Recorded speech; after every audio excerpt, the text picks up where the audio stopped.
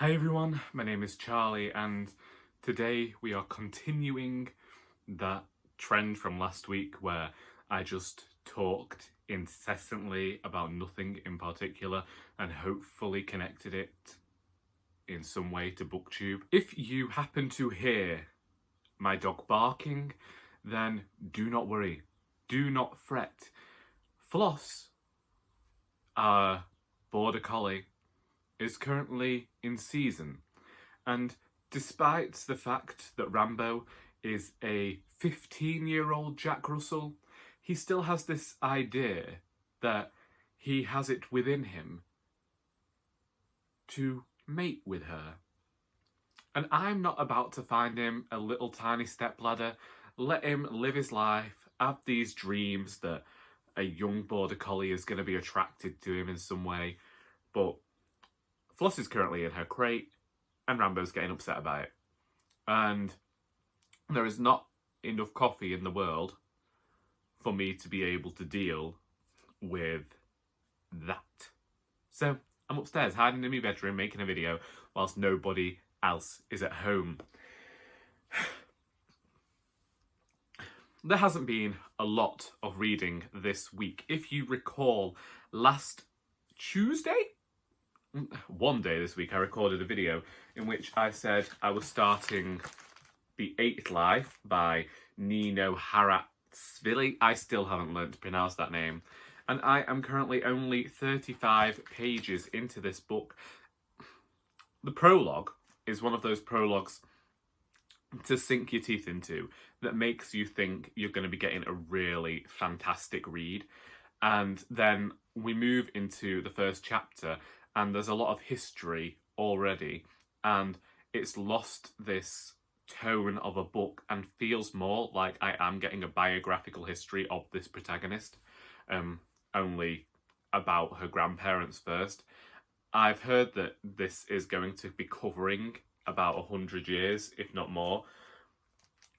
So I'm willing to chance it, but it's definitely a slow one, and I don't have the urge to pick it up yet because I don't feel like I know these characters. I really wanted to learn more about the character in the prologue, but I'm not such a fan of this historical bit.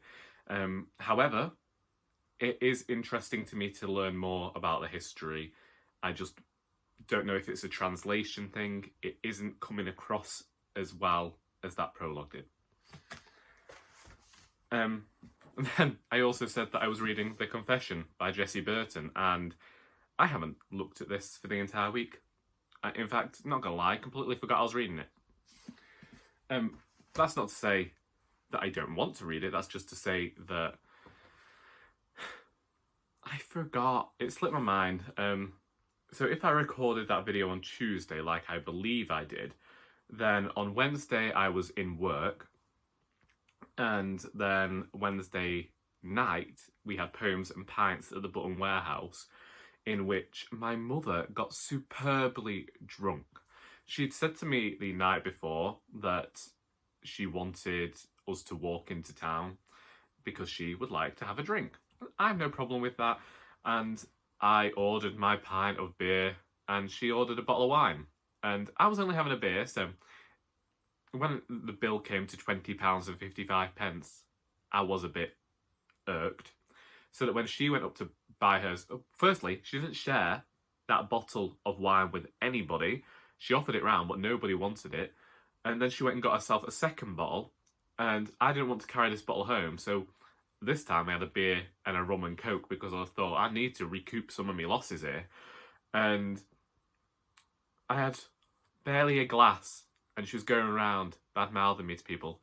Admittedly, this was a very drunk mother, and something that I've not seen since we last holidayed, but it was strange nonetheless.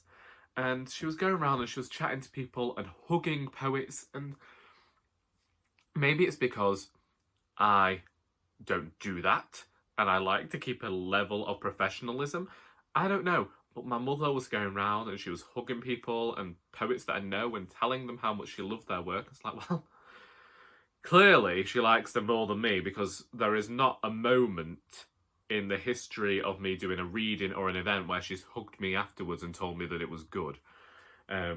So there's that.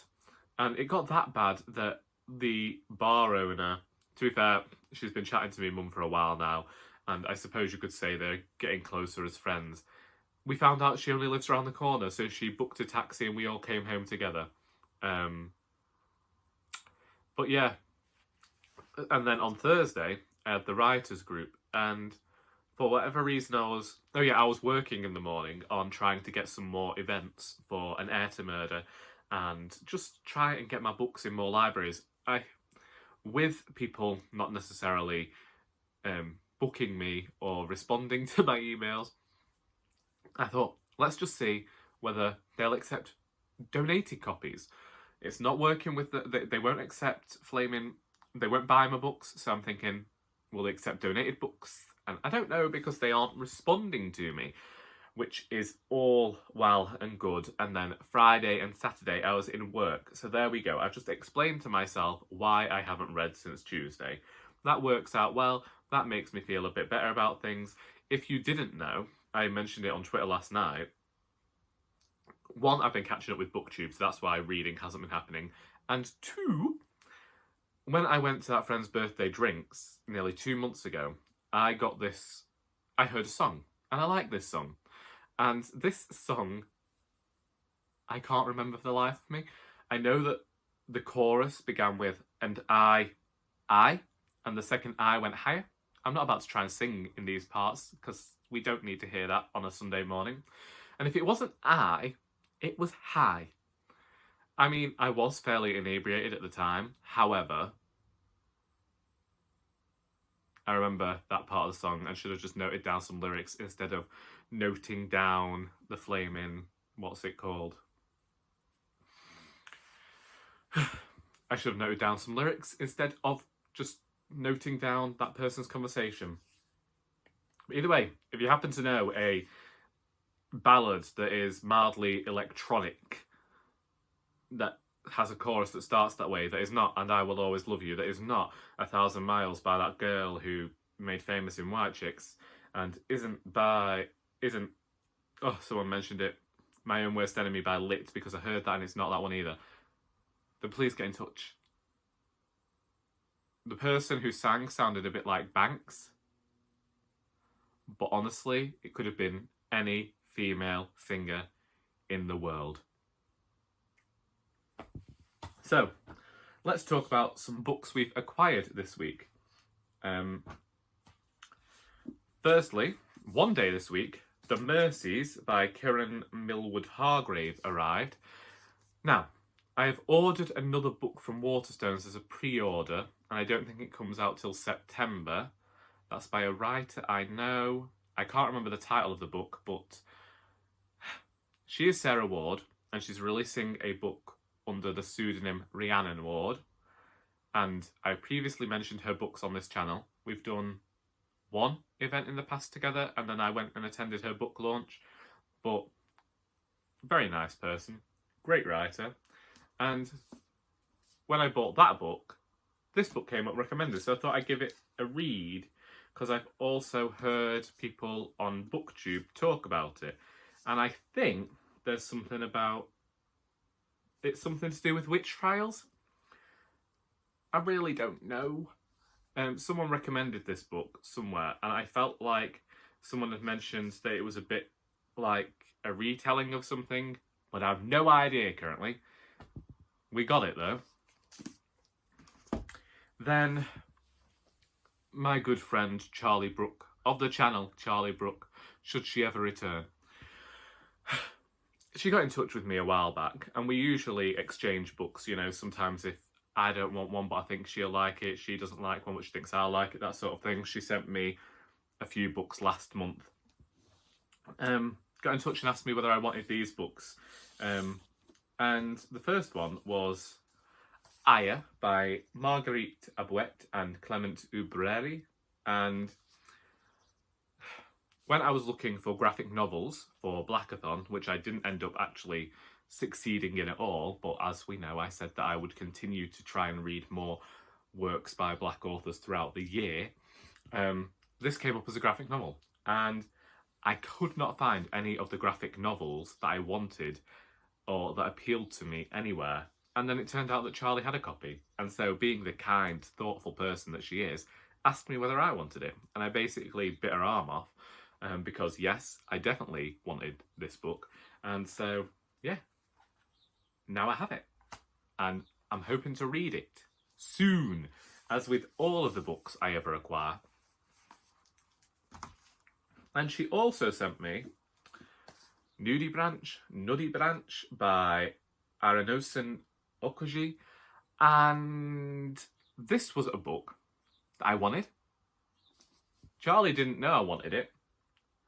She sent me this message saying that I think it wasn't for her because it was a bit too weird for her, but she knows I like the weird. So yeah, now I have it in my possession. And when she told me the title, I couldn't remember it, but then as soon as I saw the cover, I was like, yep, I remember wanting this book. And so now I got it. And also, it's another blue book, and my blue shelf is now populated by blue books. Some people don't colour coordinate their books, and they say, why won't you just alphabetise them? And the reason I don't alphabetise my books is because, personally, I would like to have this system where I can categorise my books by genre and author surname. However, due to the nature of my shelves, I can only do it based on the size of a book, and therefore I decided to go for a colour scheme, because at least then it's blocked in some way. So yeah, basically all I know about this book is that it's weird. That's all it takes, really. One day I should probably write a book that does everything that I look for in fiction, but that would be some really weird book, I think. I adore Things in Jars by Jess Kidd because that does everything I like. Every genre I like, everything is in that book. But I don't think that I could ever write something like that.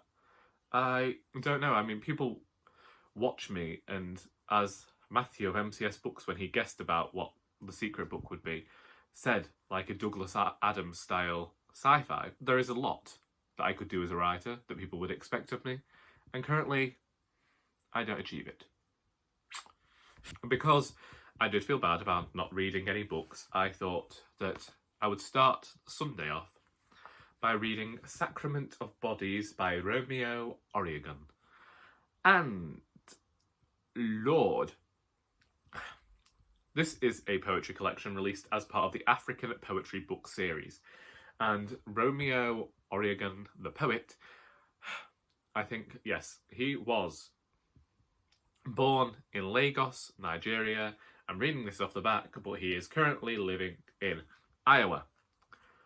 I don't know why that's important for me to say, but this book reminded me that there are parts of the world where it still isn't acceptable to be gay or queer or different in any way. The poems in here were dark and discussed homophobia and violent acts against gay men that was difficult to read about on a Sunday morning. And before I disappeared from BookTube for a fortnight, I read a book that made me feel incredibly horrible. And that was also to do with abuse and neglect. And this book had me feeling in similar ways, because even though that was fiction, I know that those things do happen. Here, it was more raw, if that makes sense. And there was a repetition of certain lines throughout every one of the poems that leads you to worry, as a reader, that things aren't going to change and that these things are going to continue happening. And whilst as you're seeing people escape and leave their hometowns and the places they have always lived, it's still difficult, because you're then thinking, well, one, it's great that they're able to go somewhere where they are accepted, but two, it's actually horrible to think that they are unable to be the person that they are in the place that they were born, and that they have to leave in order that they may live. There's a poem in here called Goodbye, that really put me to the core with the line, "Love is still sharp enough to bleed a man to death." This collection very swiftly went to being one of my favourite books of the year so far because of how it made me feel, the way the poems were written and constructed, the way that they were set in this collection, so that it was like this journey through either the poet's life.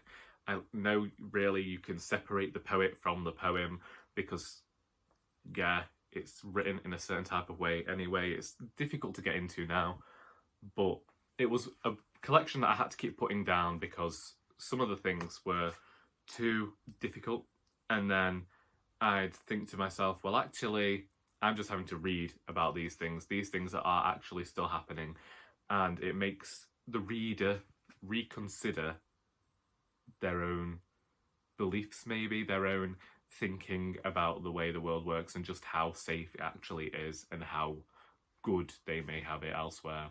And it draws attention to gay people in other countries and their lives and how they are not getting the acceptance that is happening, well, we believe is happening universally. And also, on my days of not reading, I stole my mum's National Enquirer to do the crossword. Basically, fill in the blanks because, yeah, it's not the most difficult crossword in the world, is that one. Going forward, this week, my mum is actually off work Monday, Tuesday, Wednesday, Thursday, and she has asked if we can do anything.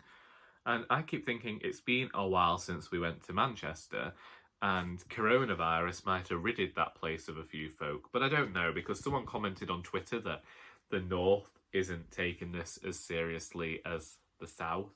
But also my volunteer went into Sainsbury's on Friday and they'd run out of milk, they'd run out of toilet paper, and they'd run out of something else. On the one hand, I'd like to go to Manchester, I'd like to go to Bakewell as well, but on the other hand, I'd like to stay home and read.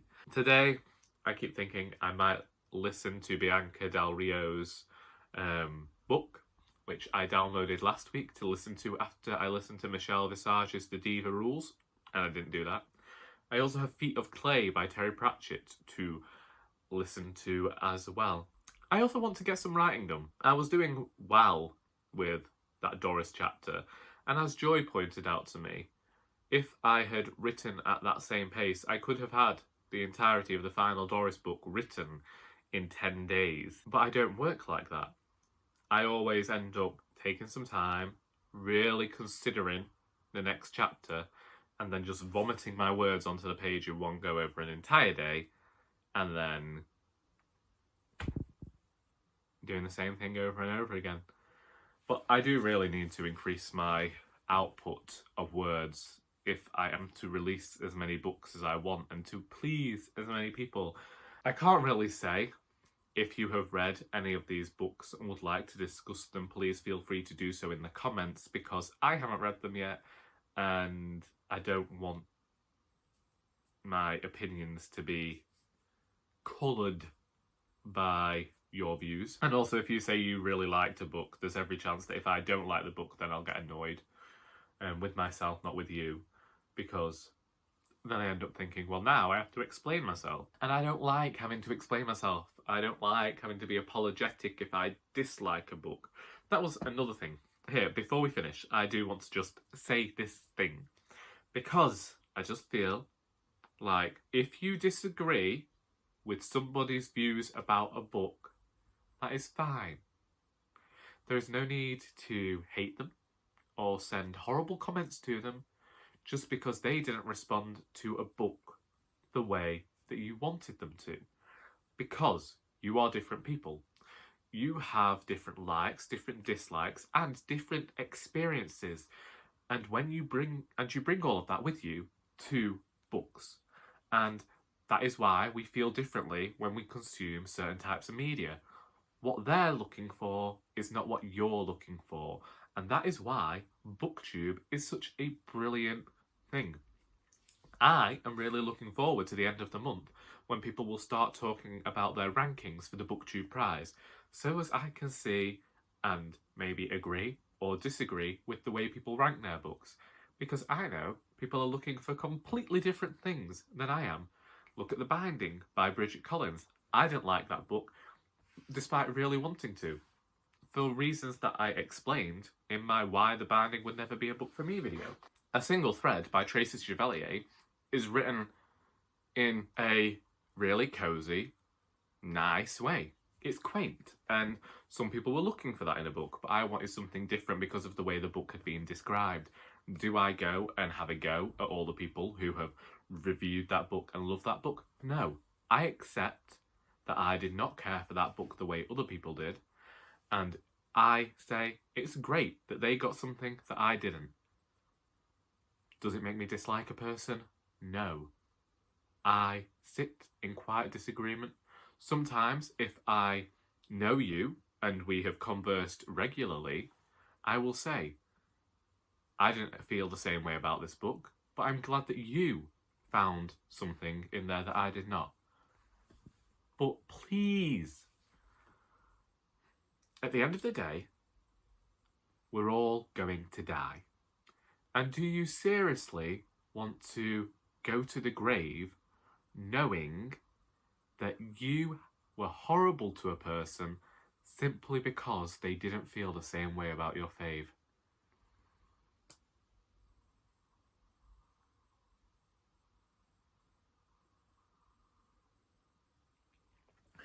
Now, on that note, I am going to disappear. I may make more videos this week, I might not. I'm not sure yet. I am not sure when I will find the time with all of the things I want to do. But I will thank you now for watching this video. I hope that you have enjoyed it, and until next time, that is all.